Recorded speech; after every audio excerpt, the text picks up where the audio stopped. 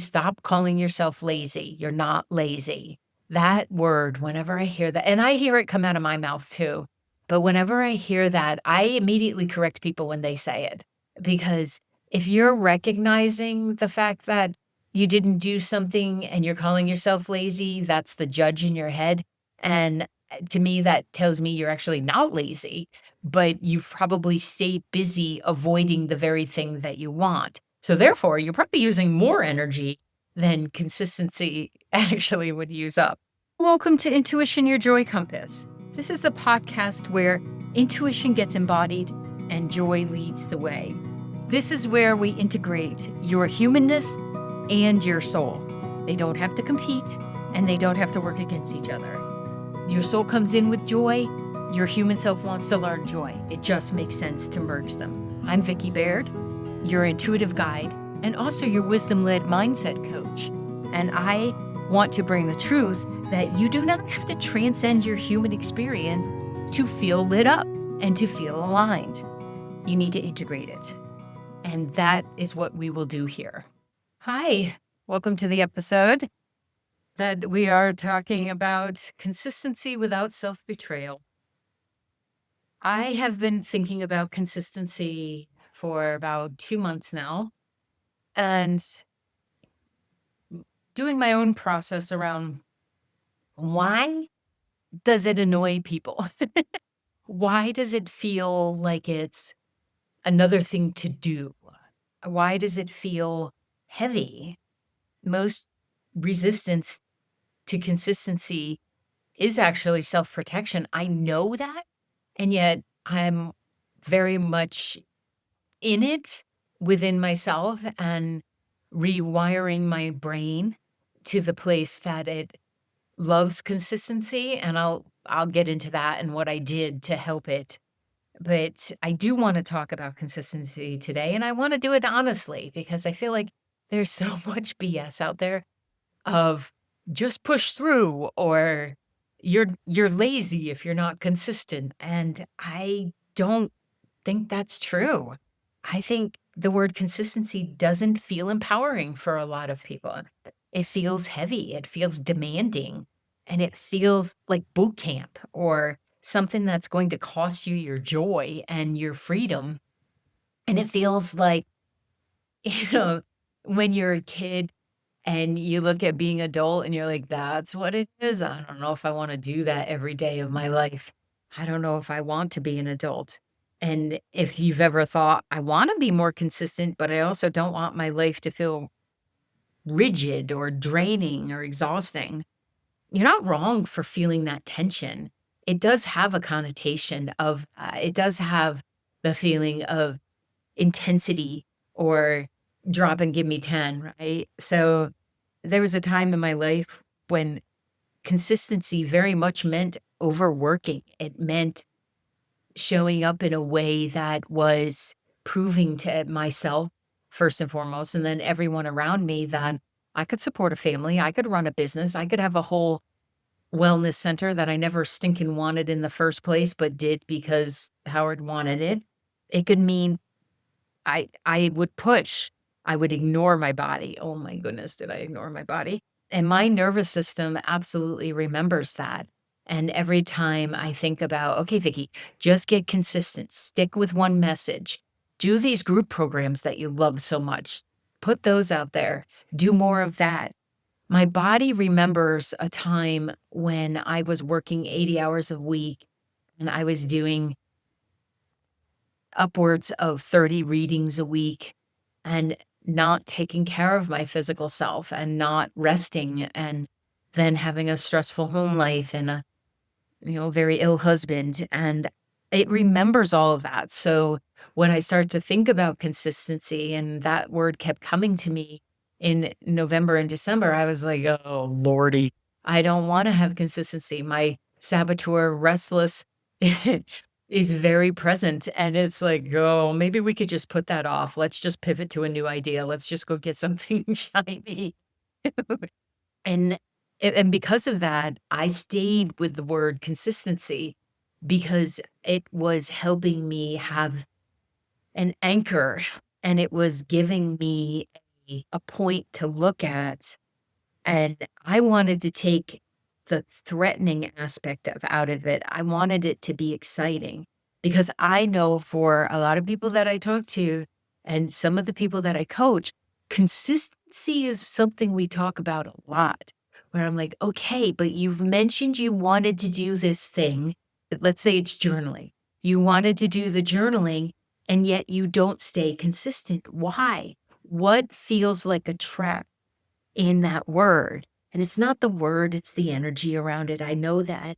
But what feels like it? And can we reframe consistency to a way that doesn't require self betrayal? And can we talk about how rhythm feels good and it builds trust far more effectively than pressure ever could? Because the idea of staying consistent, doesn't it sound like you make the New Year's resolution to go to the gym 7 days a week? You're not going to do that. No one, well, that's a blanket statement. Some people do, and good for them. But if that's the statement you're making from 0 to 7 days a week, it's not going to happen. But it's not because you couldn't stay consistent. It's because you made the goal too big and your body wasn't ready for that. Because you're doing it through pressure, you're doing it through motivation rather than inspiration. So what I would like to talk about is how can we create consistency, create the results that consistency brings without it feeling like it's, a whip cracking or pressure. I Consistency for me, like I said, used to mean overworking because I had to stay consistent. Somebody had to pay the mortgage. Somebody had to pay the ridiculous rent on that place that when I think of now, I'm like, oh, that's okay. It's where I was at the time. When I was building a business, and when anyone's building a business, it's front loaded. There's no way to get around that, and I wouldn't want to because that's where a lot of learning is, and that's where a lot of the fun can be too, in taking the steps and doing it effectively, and it's one of the reasons having a good coach can help you, whether that's a business coach or whether it's a coach like myself that's mindset, that can affect how the business runs. That idea of consistency shifting in your thought process to, "Oh, this is about a rhythm," and then you get to decide what the rhythm is. So, when I was training to run half marathons and I was in it, there were times where I was in the rhythm of it, and there were times where I was like, "Shit, this sucks. I do not wanna do this." And yet, I loved the feeling of knowing my body could do that and that I worked hard for all of those completion of the half marathons. I think I did 5 of them, and then I decided, "This isn't fun anymore." Well, my back decided, "This isn't fun anymore." I do miss it. But in the training, you can really overdo that. Like, you can get to the point where you are not a friend to yourself, and you end up burning out, and that's not what I'm talking about here. I would love consistency to be joy and health, but also freedom, because our nervous system will remember when consistency cost those things, when sticking with something cost the joy. There wasn't a heck of a lot of time for joy when I was training to run those half marathons. And I tried to convince myself the joy was in the running. And sometimes it was. I was healing from, my husband passing, and I was changing my life up in a huge way, not doing mediumship anymore and focusing on my coaching certifications and then working in this world. And sometimes being inconsistent is a protective measure. It's not lazy. Stop calling yourself lazy. You're not lazy. That word, whenever I hear that, and I hear it come out of my mouth too, but whenever I hear that, I immediately correct people when they say it. Because if you're recognizing the fact that you didn't do something and you're calling yourself lazy, that's the judge in your head. And to me, that tells me you're actually not lazy, but you've probably stayed busy avoiding the very thing that you want. So therefore, you're probably using more energy than consistency actually would use up. So what that can look like though is in a protectiveness when inconsistency is there, it it can look like changing your message, changing your logo, and hey, girlfriend, I am absolutely calling myself out on this because I have done this for the majority of the 26 years I've been in business. And I'm so grateful I have a business. Well, that just goes to prove to you it's not about the logo, it's about how you show up for people. But when you're inconsistent, it could be that your system, your brain, is trying to protect you from that burnout. And if you're constantly reinventing instead of repeating, and by repeating, you're repeating what's worked well, if you keep reinventing yourself or reinventing your message or changing up the direction in which you were heading, you're likely connected to fear of being trapped. Like if I make that decision and I stay consistent in it, I'll be trapped. You won't. You have free will. You have choice. I am very much practicing this year, so you could probably look forward to it because my commitment is to my 8-week programs, obviously to my coachings, clients that I have on contract, but I keep that to a minimum anyway so that I can be very present for my clients and not burned out because of the way that I have tended to be in the past. It's a very conscious choice for me to only take a certain number of coaching clients so that I am completely available to them. I'm available between sessions, but most especially when I'm in session. That's my integrity. That's living in integrity to me because feeling consistent in the old way doesn't work. So what I'm suggesting is that we look at consistency and showing up for ourselves over and over and over again as a rhythm, as a dance. I am not a dancer. We are not going to go there.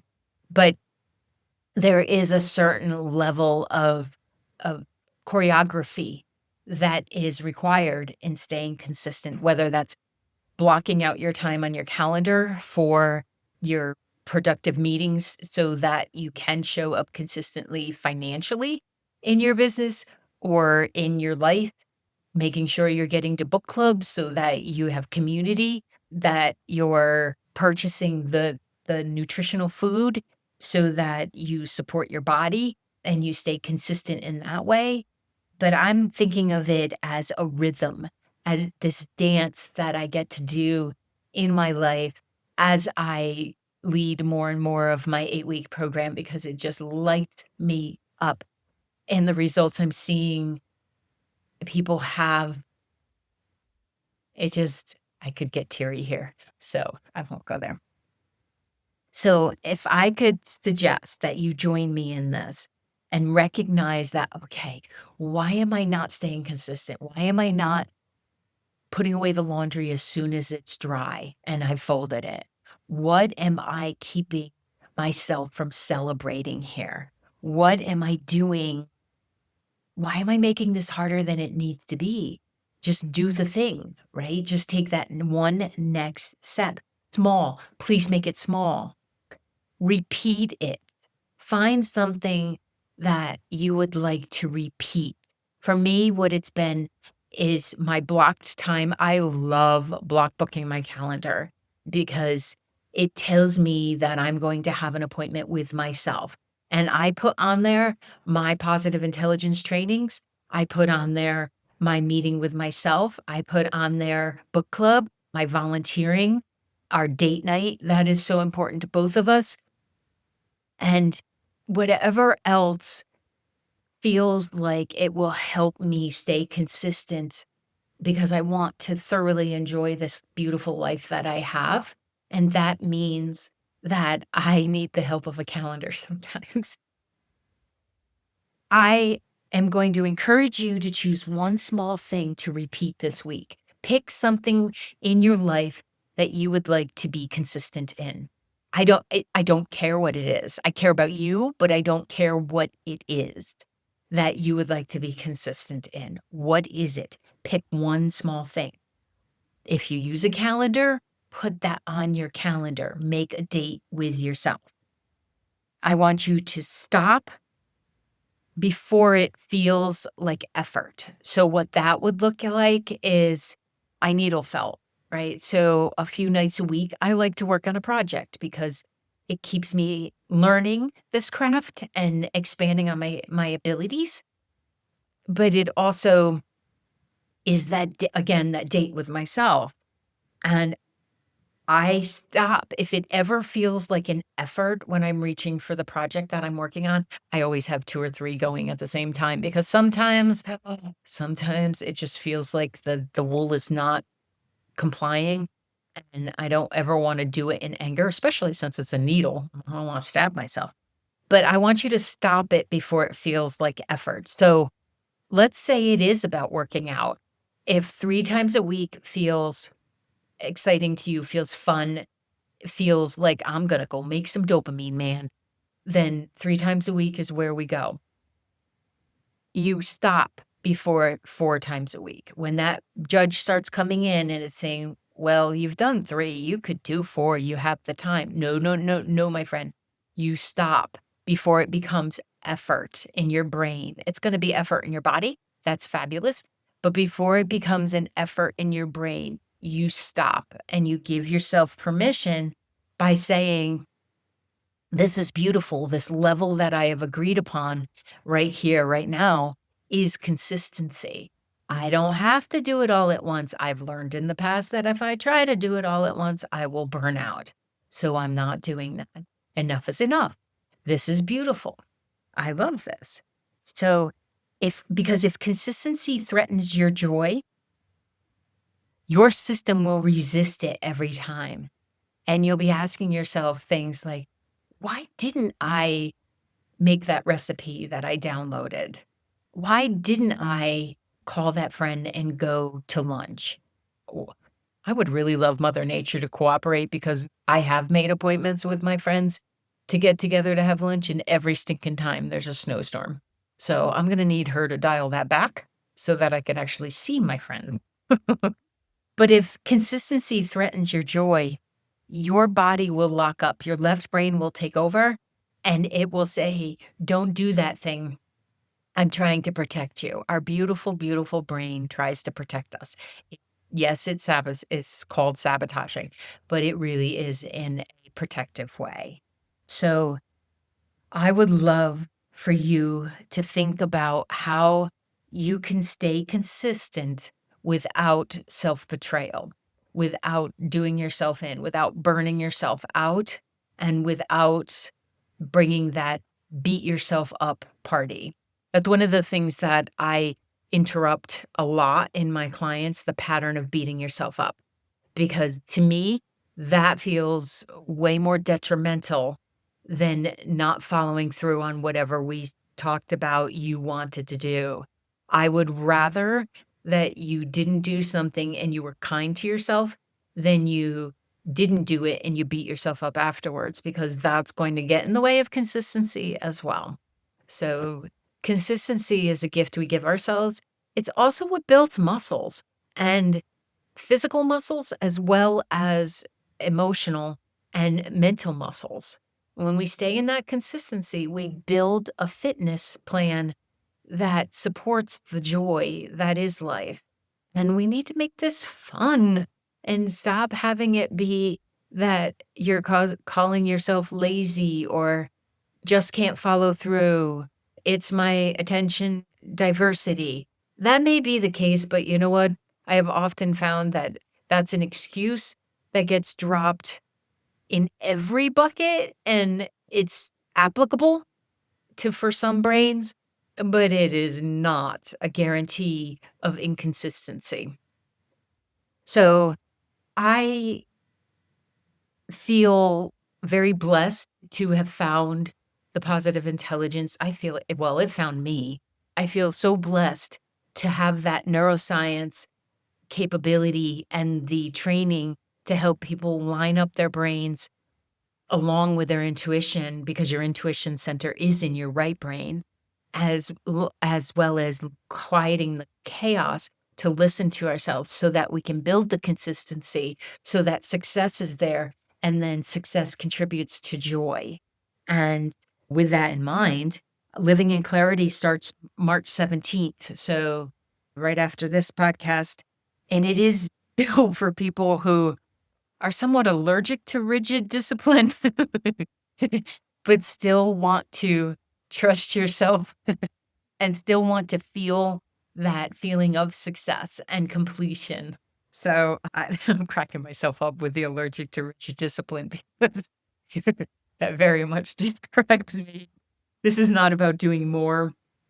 It actually is a very low time commitment, but it is about doing small things consistently enough that your nervous system doesn't revolt and go on strike. So it's 8 weeks. It's a very thoughtful, kind, very human-paced group because we're talking about a lifelong process, not another program that you do and forget, and it just sits on a shelf somewhere. So if that made your shoulders drop instead of tense up, you can read more on my website, vickibaird.com, and I will see you in the next episode, my friend.